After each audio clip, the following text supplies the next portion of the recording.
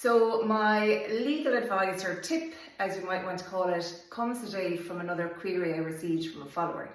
So this lady contacted me and she said she bought her house about 15 years ago. Now her house is bounded off by a fence and it is surrounded by a farmer's field, and this farmer farms it every day of the week.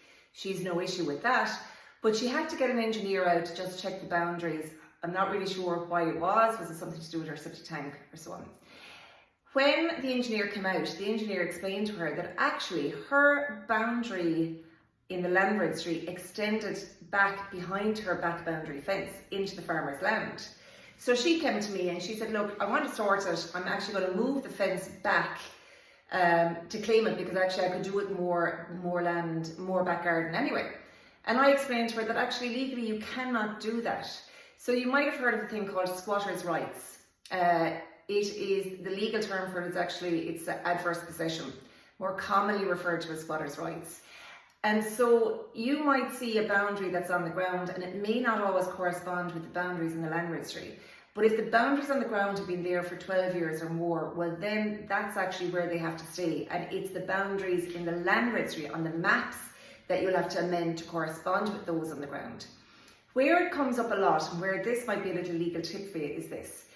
Let's say you're living in the countryside and bounding onto your front garden to the right hand side is this big overgrown area like no man's land. Nobody has ever touched it and it's a bit of an eyesore to you.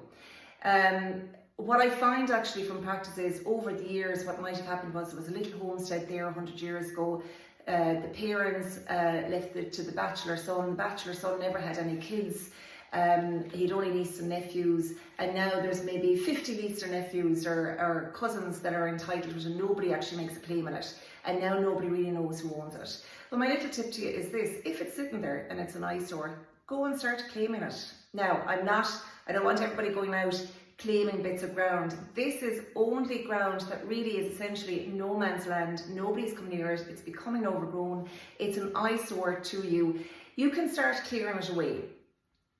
You have to do it openly so that anybody who might have a claim on it will see that you are openly doing this, and they will come and they'll have to prove their claim to it.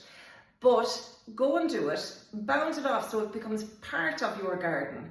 And if nobody comes forward in a 12-year period and you have used it as part of your front garden, it is now forming part of the curtilage of your house, then legally after 12 years you can make a claim to the land registry under section 49 of the Adverse Possession Act to put that part of no man's land into your name. So that's my little tip for you today. I hope you found that interesting. I hope it doesn't start the floodgates opening of people starting to claim land that is not theirs. This is just land that is kind of essentially no man's land. So please follow us here at The Journey and Dunne Solicitors, like and share with all your friends and family. So thank you very much.